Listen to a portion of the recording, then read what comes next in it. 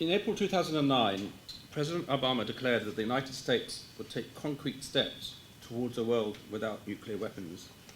This was embodied by the New START Agreement of 2010. Yet so much has changed over the past 2 years.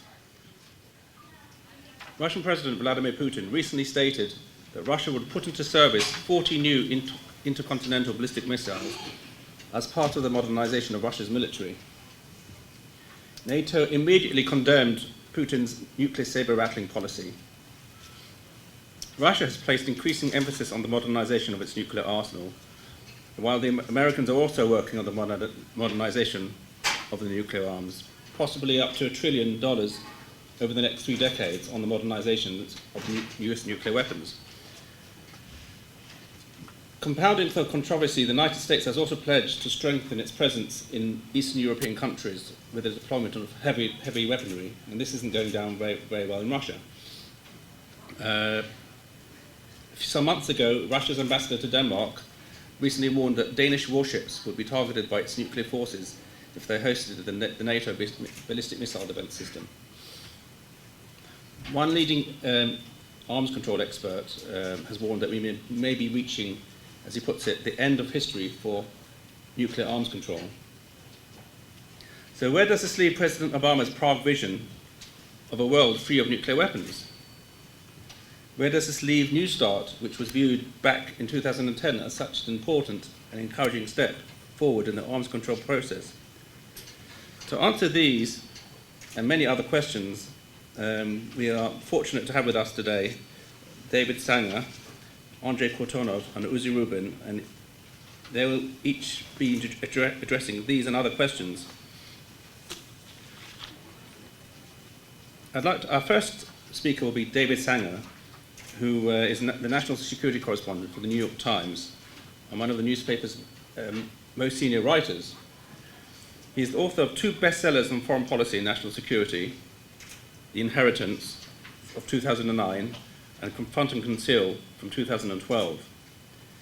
He served as Tokyo's bureau chief, the Washington economic correspondent, and the White House correspondent during the Clinton and Bush administrations, and also the chief Washington correspondent. In his 32-year career, Mr. Sanger has twice been a member of Times teams that won the Pulitzer Prize. He has also won the Weinthal Prize for diplomatic reporting, the Alder Beckman Prize for coverage of the presidency, and in the 2 separate years, the Merriman Smith Award for coverage of national security issues. Also, his documentary Nuclear Jihad, which he reported for Discovery Times Television, won the DuPont Award for its explanation of the workings of the A.Q. Khan nuclear proliferation network. A 1982 graduate of Harvard College, Mr. Sanger was the first senior fellow in the press and national security at the Harvard's Belfer Center for Science and International Affairs. He co-teaches with Graham Allison Central Challenges in American National Security, Strategy, and the Press at the Kennedy School of Government. He is a member of the Council on Foreign Relations and the Aspen Strategy Group. David Sanger.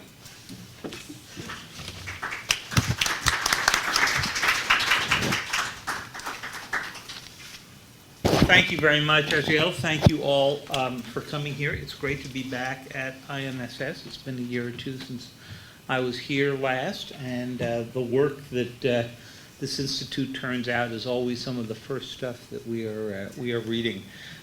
So I appreciate the chance. It's also great to be here with such an interesting panel, and it's beautifully timed because I'm on my way to Vienna as soon as this is over to see whether or not this is truly the end game of the Iran negotiations, which we'll come back to at the end of the conversation.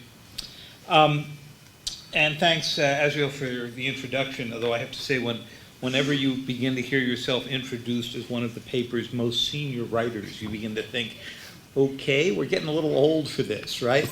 But we'll move on. The Institute asked me to start off by talking a little bit about President Obama's Prague agenda. And you may remember the Prague speech. It was actually one of the first big speeches of the president's first year in office in 2009.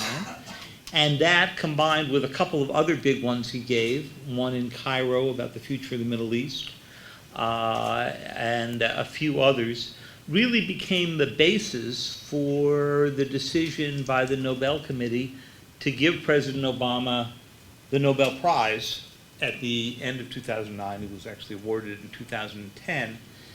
And it was interesting because when he went to go accept it in 2010, feeling a little bit like the guy who had won the Most Valuable Player award, but had only been in the league for a year and had still been sort of hitting singles and doubles, if you pardon the baseball metaphor, in Israel. He then gave a speech talking about how it is that presidents find themselves in the position of having to use force frequently, and sometimes overwhelming force, in order to keep the peace. And this, you could see looking out in the audience, how deeply uncomfortable the Nobel Committee that had just given the award was at the concept of a president who they thought would stand up and give a paean to peace, instead standing up and describing what became, as I described it in Confront and Conceal, which is a history of Obama's first term, the beginnings of the light footprint strategy. That is to say, the strategy that made use of drones, special forces, and most importantly, cyber, in an effort to have some alternatives for making use of force without having to turn to ground troops, and certainly without having to turn to nuclear weapons. What we sometimes forget in the time since is that President Obama was the first president to come to office with a serious and detailed agenda that would have distinguished him from all of his predecessors. Yes, President Reagan had his walk in the woods with Gorbachev, where there was contemplation of what a nuclear-free world was like. But President Obama, from the Berlin speech during the 2008 campaign, had envisioned a nuclear-free world, and it was one of the main tenets of his 2008 campaign. And it wasn't a new thought to him. If you go back to his writings as a student, an undergraduate at Columbia University, you will discover a once lost, we found it in '09, lengthy article about the nuclear freeze movement. He wrote this in 1983, and he opened it up with a discussion that sort of railed against what he called first or second strike capabilities that were still being debated in the nuclear context then. He talked about the dangers of relying on military industrial interests and generals who want their, quote, billion-dollar erector sets. He said very little, though, about how you would actually accomplish the goal of getting to a nuclear-free world.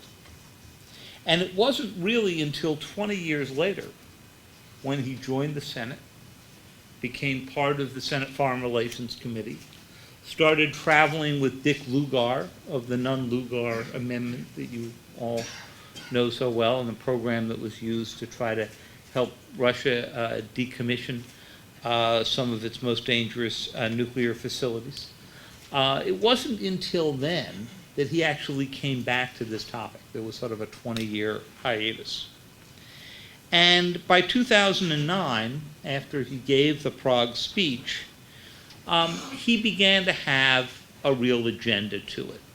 And since the Prague speech was, in fact, exactly 6 years ago, a little more than 6 years ago, I thought it would be useful to just start this by reminding all of us what was in his agenda, so that we can begin to think about what actually got executed and what didn't get executed. So when he gave the speech, He started with a simple premise, one that George Bush never adhered to, which was that you were never going to persuade other countries to reduce their nuclear stockpiles and ultimately move to the elimination unless the United States was moving in that direction too. He wanted to remind everybody that the Nuclear Non-Proliferation Treaty, the NPT, not only has obligations for the non-nuclear states, it has obligations for the 5 original nuclear signatories.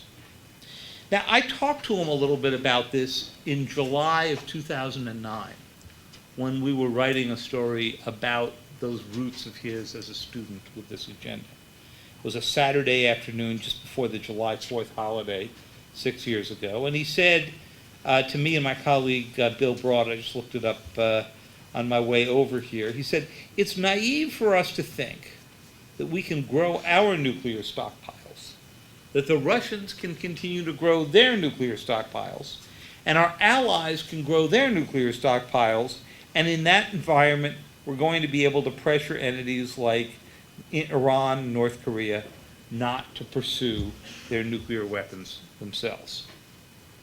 So that was his start. And that was a controversial start because he basically was saying we have to make the first move. Well, it began, of course, on his agenda with the New START agreement, which he negotiated fairly quickly, which passed the Senate, being ushered through by John Kerry. It cut the deployed forces, not those in storage, to 1,550. And the main thing about New START was it was supposed to be exactly that. It was supposed to be a start. It was not supposed to be an end game. Because by any measure, it's a pretty modest nuclear agreement. Leaves both superpowers with an overwhelmingly larger number of nuclear weapons than their next set of competitors. If you think of China as having in the 200 to 300 range, if you think of Pakistan, India, and Israel as having in the 100 plus range, it's still 15 to 1 for each of those powers. And then there was supposed to be a follow-on negotiation. And I'll leave to Andre a little bit later on because he's going to focus just on this, the question, and we can have this discussion later on, about why that never happened and why that will not happen between now and the end of the Obama administration. But that wasn't all he said in Prague that he wanted to go do.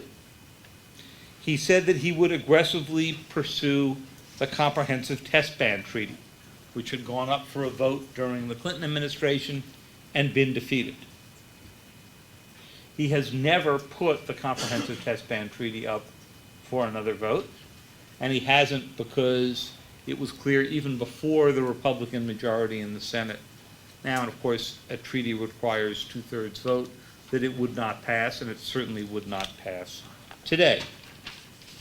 He said in Prague that the next big step on his agenda would be the Fissile Material Cutoff Treaty. This is a treaty that would prevent new entrants into the nuclear world and some of the existing ones to stop making more nuclear material. In other words, it observes the first rule of holes, which is if you're in one, stop digging. We've got plenty of nuclear material around the world right now, and the concept behind this was not to build more. So the next big element that he had, and of course nothing's happened on the Fissile Material Cutoff Treaty. The Pakistanis have basically blocked its consideration in the one forum where it was supposed to happen. The administration has not been willing to move it to other forums. The next big thing that he mentioned in the speech was cleaning up nuclear materials around the world that were of not necessarily of weapons materials. And that started this series of once every 2-year nuclear security summits. And politically, I think this was actually a pretty brilliant move. First, it didn't require the Senate or the House to do anything. Secondly, because it involved loose nuclear materials, less secure nuclear materials, but didn't get to actual cuts in stockpile, it was something that everybody could agree to. This was the kind of summit that the Pakistanis could come to, that the Israelis could come to without having to discuss their own nuclear arsenal. This was something the Indians could come to. All around the world, people could, and actually it's been fairly successful. If you look at the overall numbers about what their goals were for trying to lock down nuclear materials, the pressure of having these summits every 2 years ended up having a significant benefit to it. And the benefit was that people actually did begin to do cleanup. So those were all the elements of the Prague agenda. Now let's talk about those parts of it that we're sort of worried about today. Azriel referred to one of them, and that is the nuclear modernization program within the United States. Now, this was not mentioned in the Prague speech. It was not mentioned in the campaign. In fact, if you had listened to the president, you might be a little bit surprised to think about modernizing America's major nuclear infrastructure. But over time, the president became persuaded by an argument advanced within the Energy Department and within the Pentagon that the only way that you could do actual reductions in the US military arsenal was to modernize and be certain of the working order of those weapons that remain. And in fact, that was the deal that bought off the votes that got the START treaty going. The political deal that was done was the modernization deal. Now, in his introduction, Azriel referred to a budget of $1 trillion over 30 years. And one has to wonder, in a world in which we're trying to rely less and less on nuclear weapons, and in which there is significant pressure for cost reduction, whether that $1 trillion will actually be spent over the next 30 years. I have my doubts. The Congressional Budget Office number for 10 years, and even that is a long projection by US budget numbers, is $355 billion. Still, you know, as we say in Washington, you get up above $300 billion, you're starting to talk about real money. What are the elements of this plan? This is basically to renovate the nuclear laboratories, many of which look a lot like they haven't been fixed up or cleaned much since the Manhattan Project. A new plant in Kansas City that just opened up last summer that makes the mechanical but not the nuclear guts of the inside of nuclear warheads. It involves work to make sure that those few weapons that the United States retains, both the 1,550 that are deployed and about the 2,000 that remain in storage, actually remain in a point where you would be convinced of their reliability without doing nuclear testing. And since their original shelf life is long since passed, that's a significant effort. But this amount of investment has disappointed many people who looked at the Obama agenda and thought it would be a lot more aggressive than it was.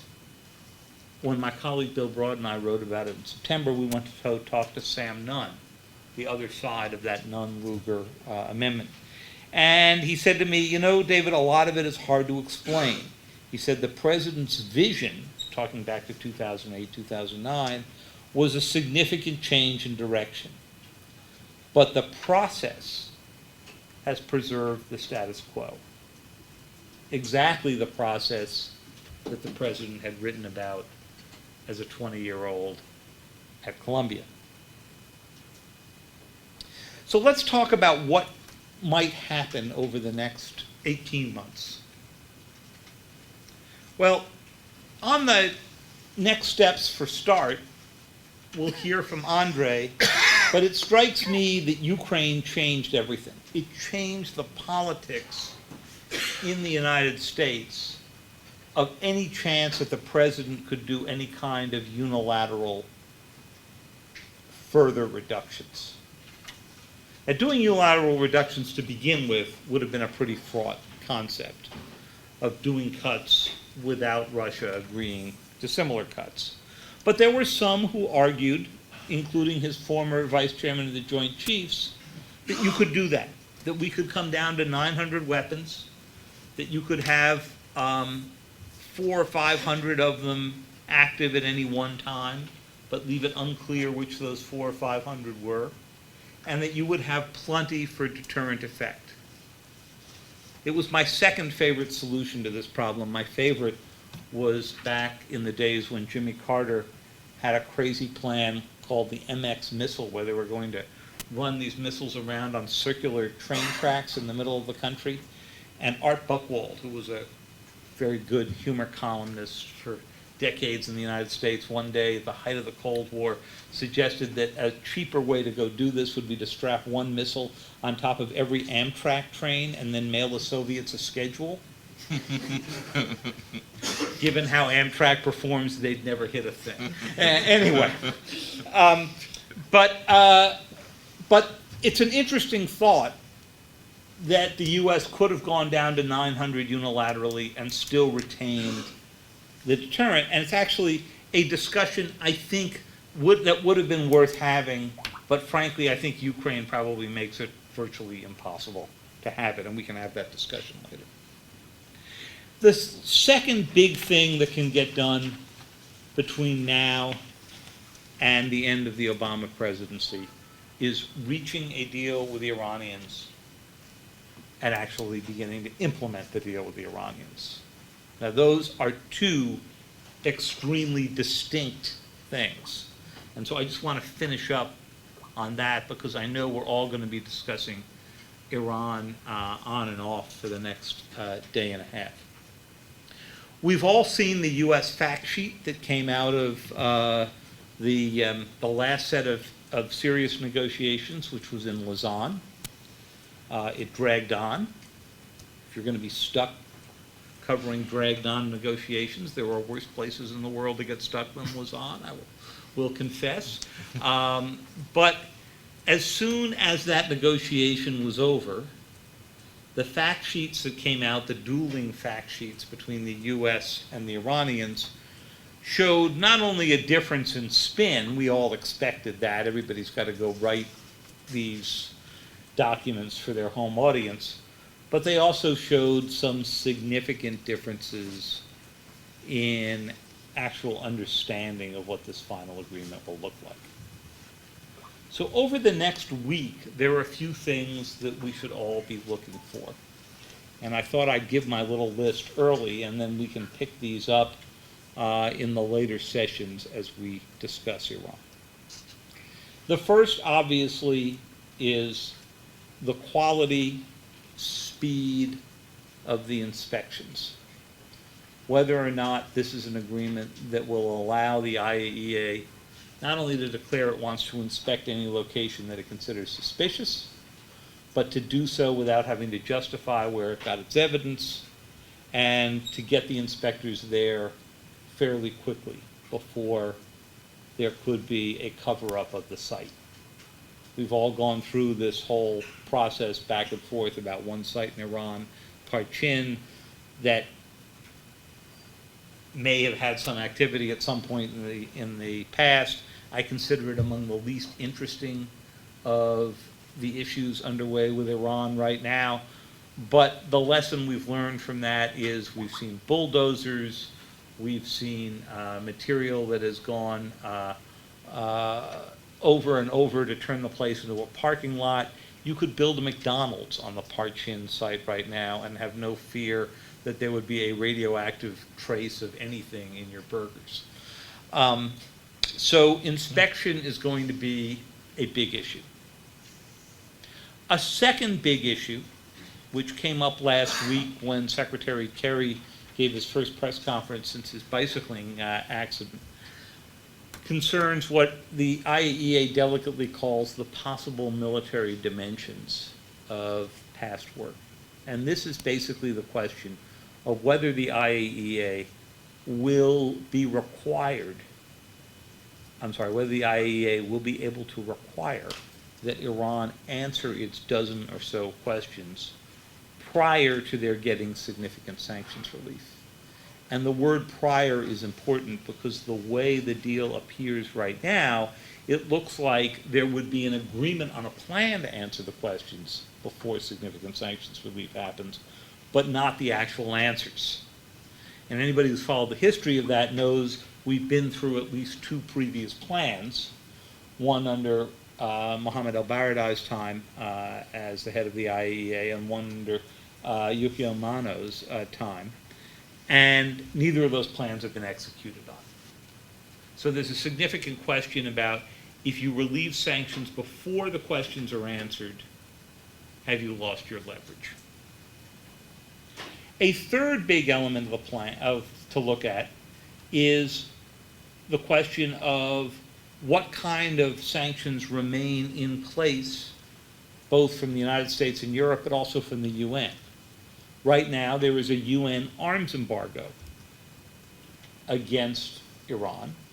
The Iranians want that lifted early in the process. The Chinese and the Russians, if not siding with Iran, at least have not raised many objections to that thought. The US and the Europeans have significant objections to that. It's worth looking at the timing of when the sanctions are relieved. If the president lifts, Congress doesn't retract, but if the president lifts the sanctions on oil and on financial transactions fairly early in the process, which seems to be the plan, the question is, what trigger would it take to put those back on? Well, for the US, the trigger's easy. Any president could unsign that, including President Obama's successor. But it would be difficult to reconstitute the sanctions regime as it now exists. And that's one of the arguments you hear from Israeli leaders. It frequently amuses me when I hear that, because these are the same Israeli leaders who used to tell me before the sanctions happened that the sanctions would never be sufficient and it was not possible to make sanctions have a real effect on the Iranians. Now they're telling me it would be terrible to take them off. But life in politics is that way. This is why we try to have long memories on these things. But it is a critical question what happens to those sanctions ultimately. It's a critical question to the Iranians about whether Congress would ultimately lift all of the sanctions. Ultimately repeal all of the sanctions. And it's very hard for me to imagine any Congress over the next few years doing exactly that. A final thought. If the president can get a solid Iranian agreement, his nuclear legacy will be threefold. It will be New START. It will be the security summits, which, as I suggested, I think actually did manage to reduce a fair bit of stuff. And it would be the Iran deal. He will not have made any progress on comprehensive test ban, on fissile material, and we will have seen a significant growth in the Pakistani program, modest growth in the Indian and Chinese programs, and of course the US modernization. And then that will leave the question of what the next leader does with President Putin, and I'll leave that to my colleague Andre. Thanks very much, and I hope this was a helpful start to you, and I look forward to your questions.